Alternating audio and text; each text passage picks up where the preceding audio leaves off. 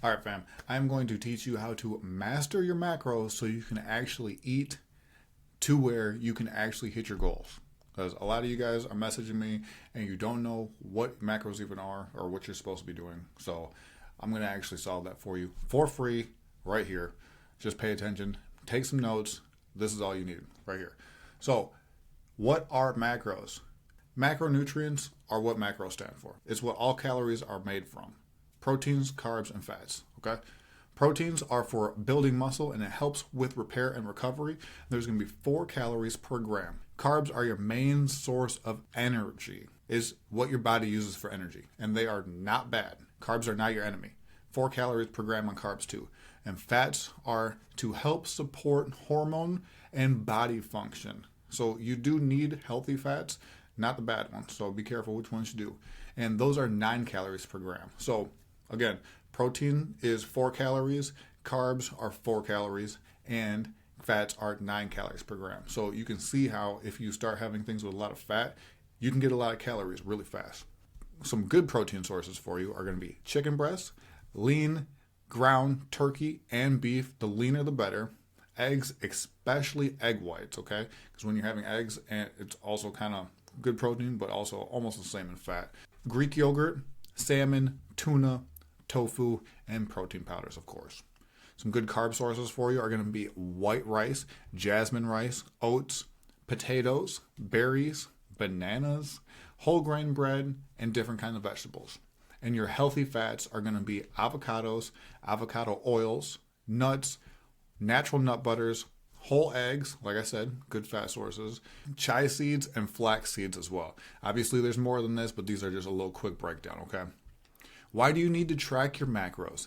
So you can actually get results, okay? Especially without starving and without overeating too. Tracking your macros is going to help you burn fat while you're building muscle. You also need to know what you're actually eating. A lot of you guys are just guessing. You have no idea what you're doing. You got to track. It's going to give you control of your actual body composition too. Once you start tracking and make it an actual way of life, it's a game changer. Now you're actually going to get the body that you want easily. Here's exactly how you're going to find your macros, okay?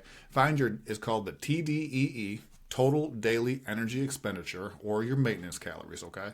And literally you can just Google macro calculators or ask me. I can figure them out for you, obviously.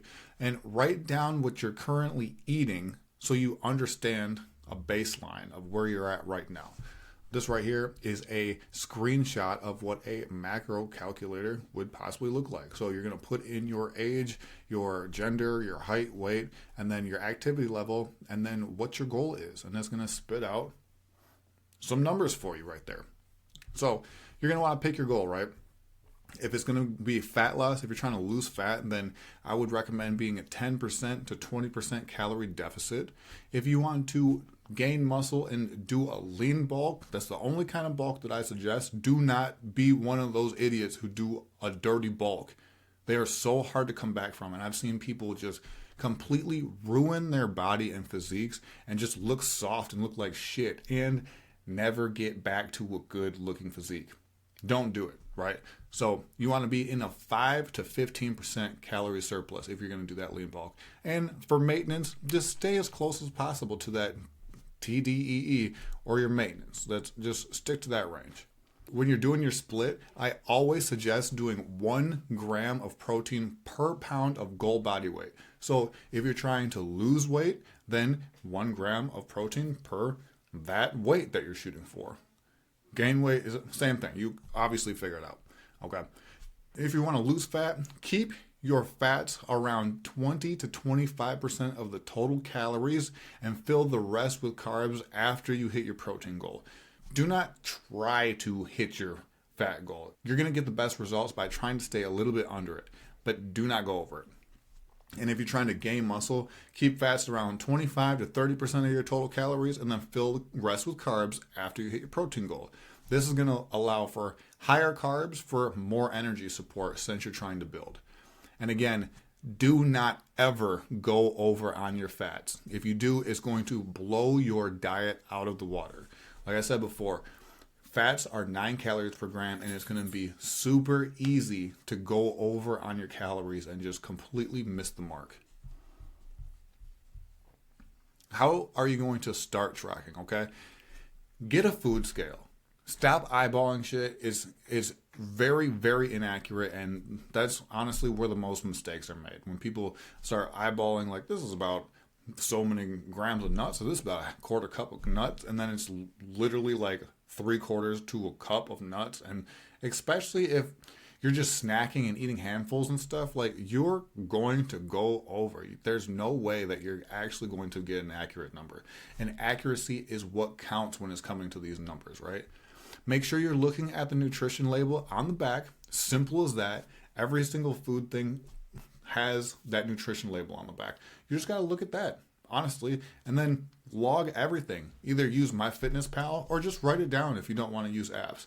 MyFitnessPal is going to be the best thing because you can literally have a log of it. You can see your history, you can see how you're doing, and then it'll just keep track for you. Because if you're going to write it down, it's going to be a bunch of lists, and you got to make sure you don't lose the list. And then, obviously, just log it. And then after you start figuring out what the macros are, start meal prepping meals that actually hit your macro goals. Look at the nutrition labels of the things that you're cooking and putting together, and then combine them and make meals. And now when you're meal prepping, it can actually hit your goals because you know what the macros are and know what's in them. A lot of you guys are meal prepping and have no idea what macros are or what you're even meal prepping. How are you going to hit your goals like that? Here's some extra tips for you to succeed. Make protein your very first priority in every single meal. Make sure you're getting that protein in first. And if you have a high protein goal, I suggest just doubling up your protein to make it easy.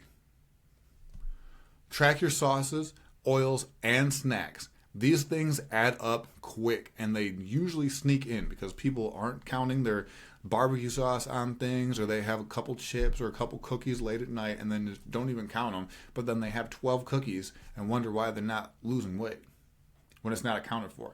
You can still have cookies and you can still have ice cream and things like that. Just make sure it's accounted for in other places.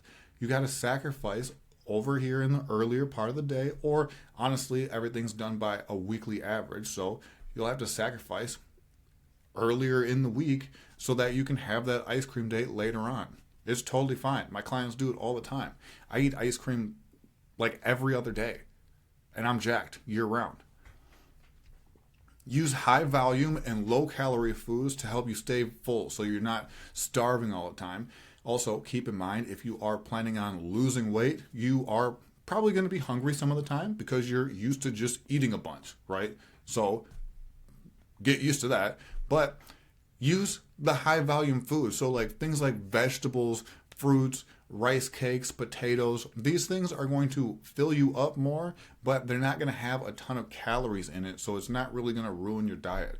And make sure when you are doing that, you pair it with a good amount of protein so that you actually feel full and satisfied longer. And then track consistently as much as you can. That includes weekends, that includes drinks, that includes when you go out, especially when you're going out for like dinners and things like that, or your ice cream days, any kind of dates that you're doing. Google the thing, what are the macronutrients for this type of food? You cannot leave any part out, okay? Because when you do, you start getting inaccuracies. Because if you only track on the good days, or if you like track 3/4 of your day and then you go out drinking and have a bunch of beers, and now your diet's blown out of the water and you don't know why.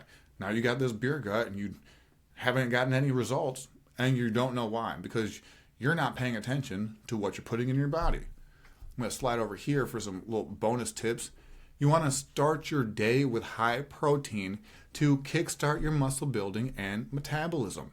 And especially if you have a high protein goal to hit, if you start your day with high protein, it's going to make it easier to fit it in throughout the day. So you're not just having to slam in 100 grams of protein at like 8 o'clock at night.